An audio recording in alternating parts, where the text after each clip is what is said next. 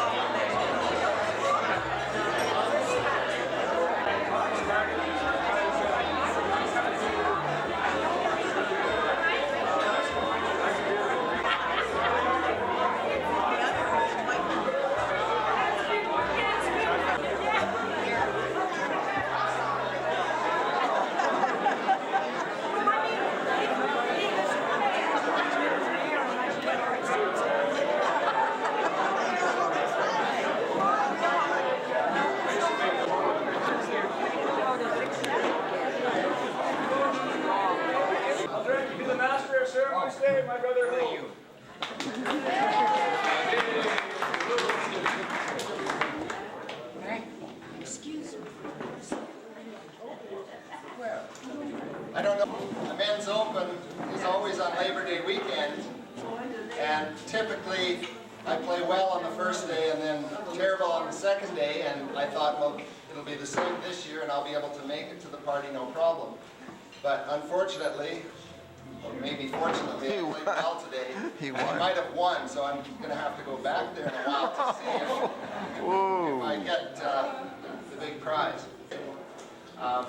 With Dad's health, he hasn't been able to get out and around to see everybody, but as you've seen, he's certainly mentally capable to carry on a conversation and tell a joke or two.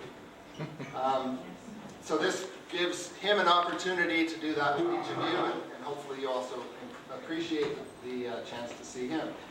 And maybe we'll make it an annual event, I don't know.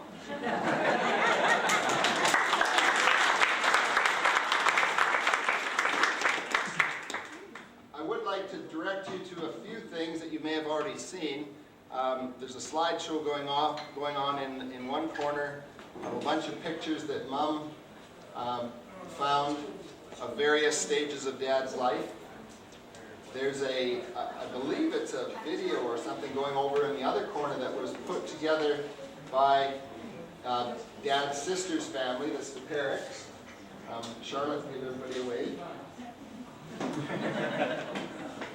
And there's a bulletin board just in where Mrs. Gablehouse is standing that has some letters written by people who wish they could be here today but couldn't make it.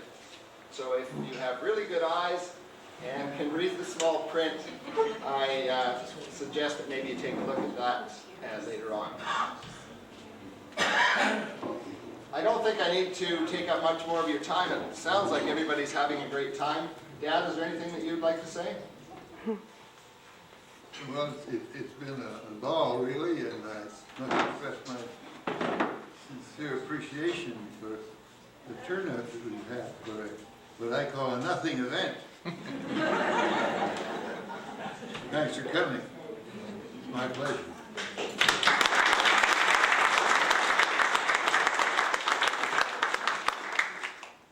Apparently my brother has a story he would like to tell. I don't know what this is about. All right, well, this is just spur of the moment. James thinks I should tell this story because it is kind of amusing and it shows the character of my dad.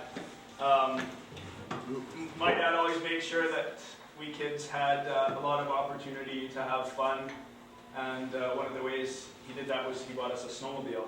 And another thing he'd do is surprise us with little things on Christmas or Easter. So one Easter, back, I don't know, 1975 or something like that, he brought us a chicken from one of the local farms for Easter. So we had these little chicks and, you know, nice little Easter thing. And we had to take the chicken back out to the country, and Dad thought, well, it'd be nice to take it back on the snowmobile. We'll package it up in a nice little box so it's nice and warm. And it was Marg's friends that we were going out to. So of course Marg gets to go on the snowmobile to take this chicken back. And they're heading off, and I was a little brat back then, and I couldn't be left behind to be, if the snowmobile was going anywhere, I was on it. So I had to go.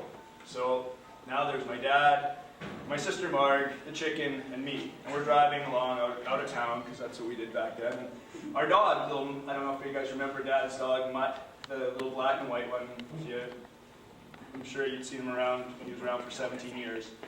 So our dog started following us. So now there's my dad, my sister Marg, the chicken, me, and the dog Mutt, driving on the skidoo out to Ridley's farm south of town.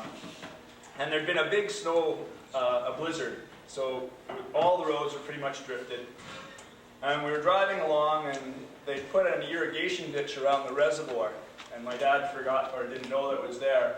And we're driving along, it was very white and sunny, and we went flying off this bank, mid-air. Off goes Marg from one end with the chicken, off goes the dog. I wasn't fast enough to get off, and we slammed into the other side, and my dad smashed his ribs into the snowmobile, got back on, left me behind, took Marg and the chicken off, had to complete the mission to get the chicken back to the farm.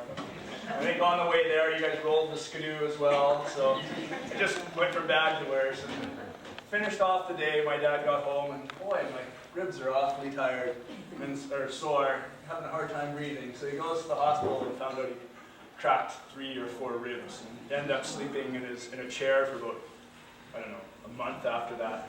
But anyway, just a little story about my dad and us kids and the chicken.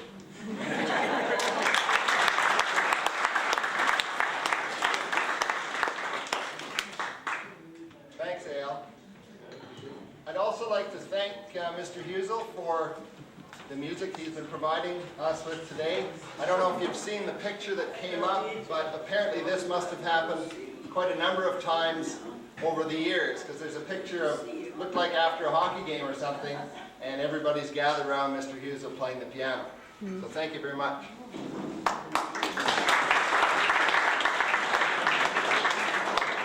Just before I let you get back to your visiting, is there anybody else that has anything to say?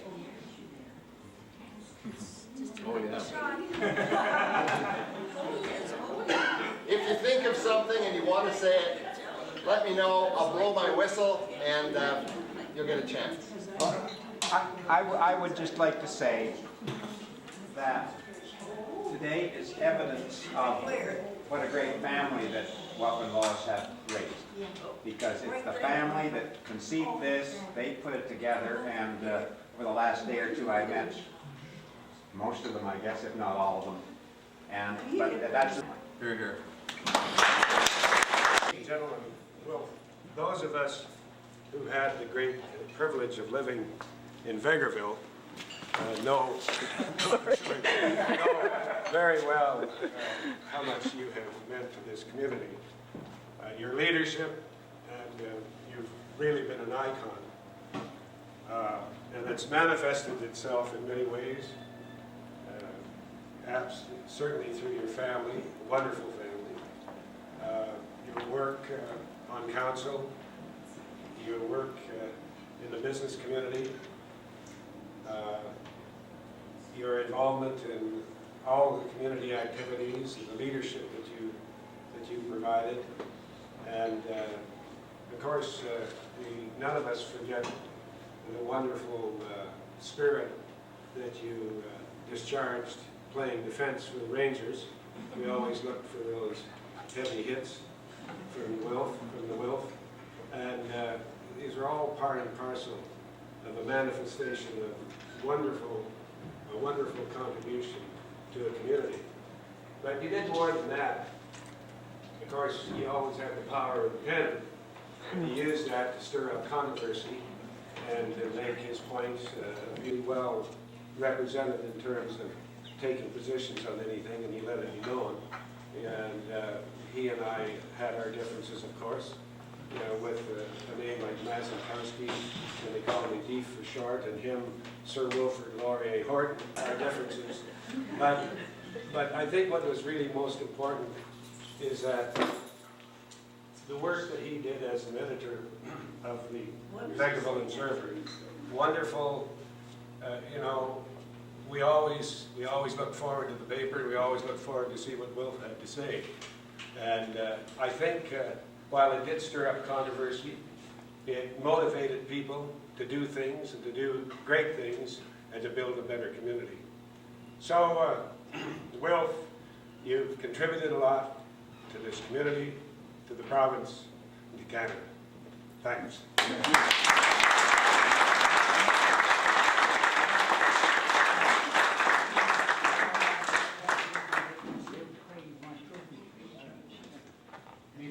Thank you, Don. Well said.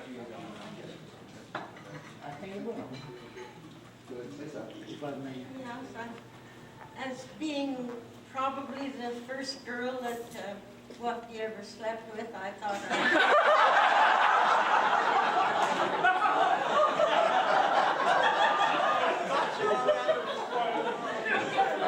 when Charlotte asked me to come and sleep in this big tent in her backyard, and Wufty slept with me.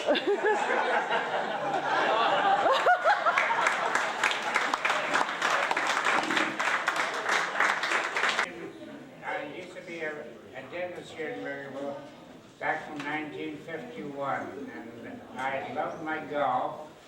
And they opened up a new golf course, which is presently a 9-holder. And there was one time that Wufty and Cliff King, the druggist, and Johnny Kenneberry, the jeweler, and I, being that we had to give a golf. And the golf course was so recent that they did not even have a trophy. So I heeded one of the culprits that convinced me that I should buy the trophy.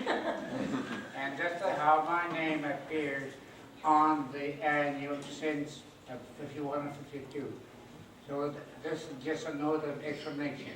But I'm proud to be on that, to do that my favorite. And we did a lot of volunteer work. We were planting trees and breaking the sandweed and everything else. And my 15-year stay in Vegeville has been memorable, and I wish, before I sit down, I want to wish you all this fine gathering who have respected Wufty's, Mr. Horton,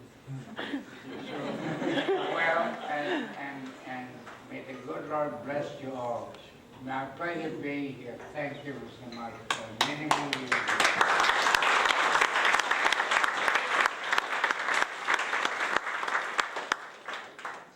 Tom mentioned this playing golf. Well, I can relate this. One time I was playing, I think it was on a Tuesday night, and I was playing the third hole, and I was kind of scuffed to drive off to the right. Most of them were slices anyway. So I took a 7-iron and played it over the creek, the bush, so on. You could hardly see the green. And went around and thought the ball would be easy to find, and we looked and looked and looked. Finally, we thought, could it be in the hole? Sure enough, it was in the hole. So I shot the number 3 hole with 2 strokes. The next night, Tom and I were playing, and I told him what had happened, and he played almost the hole almost identical to what I had played it. He scuffed it to the right a little, played a 7-iron, sank the ball. I've never told Tom how to play golf again.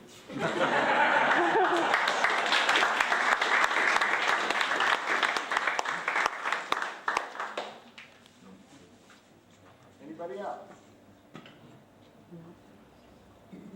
One other thing I'd like to mention, my daughter graciously donated her birthday to Dad's celebration. So, Sydney, wherever you are, We'll give you a birthday party some other day.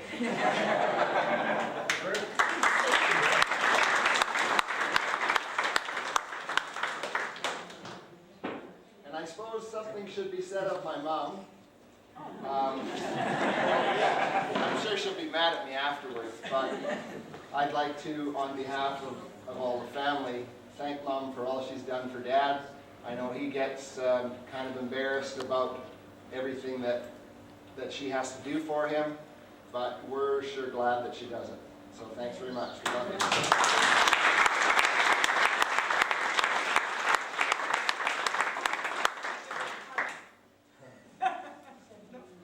I think that's about it. So back to visiting and help yourself to all the food, Mom. You really should read Mr. Seal's letter. Certainly. Okay, and I'd like to read it to you. Dear Wufty, Lois, and family, after I had happily committed ourselves to attending your party, we were surprised by a card in the mail inviting us to Canmore this weekend to celebrate Grandma Margaret's December birthday. The rationale is that everyone can be there and Grandma might not or will not have her birthday eclipsed by some other December events. We thought you might understand that somewhat, Wufty, in that her number will be the one that you like better than 76. I think it's 75. Might I be permitted to write several thoughts that I would have shared if I had attended your special occasion? For the past year or so, I have made it a habit to visit Wufty as a friend, mostly for selfish reasons. Someone with a name like Wilfrid Laurier could not help but be a liberal. His perspective on history and current events has always been stimulating and refreshing. One time our conversations got around to the Gaza Strip and the West Bank and the big question of who owns what. His views on personal property are more New Testament than those held by most of our contemporaries. We still have more thinking and talking to do to see how the balkanization of Iraq can be prevented. As an editor, Wufty believed in the intelligence of his readers. Letters to the editor from cranks, bigots, and axe grinders usually got published. I always believed that Wufty felt that if warped opinions got exposed to the light of day in the minds of subscribers, they would be rendered impotent. It was Wufty who recruited me for Rotary, a move I've never regretted. Maybe not everyone knows that Wufty is something of a closet Hebrew. Like a Hebrew, he has practiced the oral tradition, receiving information without writing it down and relying on memory to retain it. So that's where I got it. Never took notes in school either. Wufty kept the minutes of the venerable Rotary meetings without spilling any ink or trees having to die to make paper. In his defense, it must be stated that Wufty inherited his secretarial role from Oscar Tunis, who was a true Hebrew. The sage philosopher Red Green has said, "All those who love are blind, but marriage is a great eye-opener." I disagree. Those who really love have their eyes wide open. Someone has said that 6 people come to a marriage.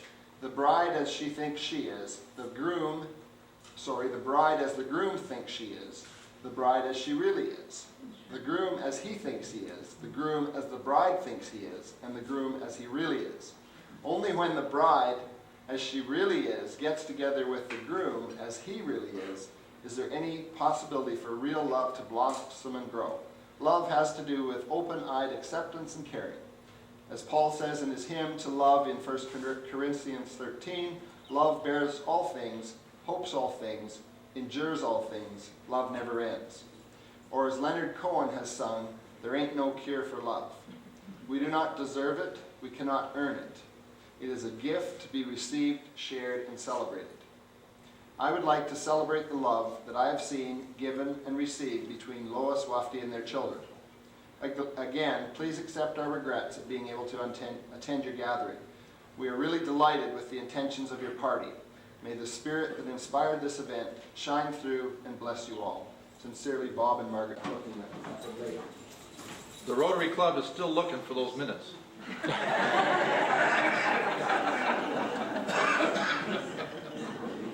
There's a note from Al Haas, Lou Taylor, who I believe is my cousin.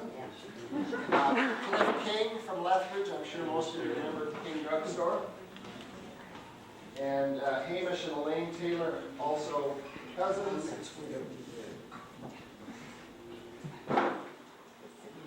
And I think this is, it says Gord, I'm thinking maybe it's Gordon Shaw who's already here. So thank you very much for coming, and I think I'm going to head back and see if I won Dr. Demko's trophy.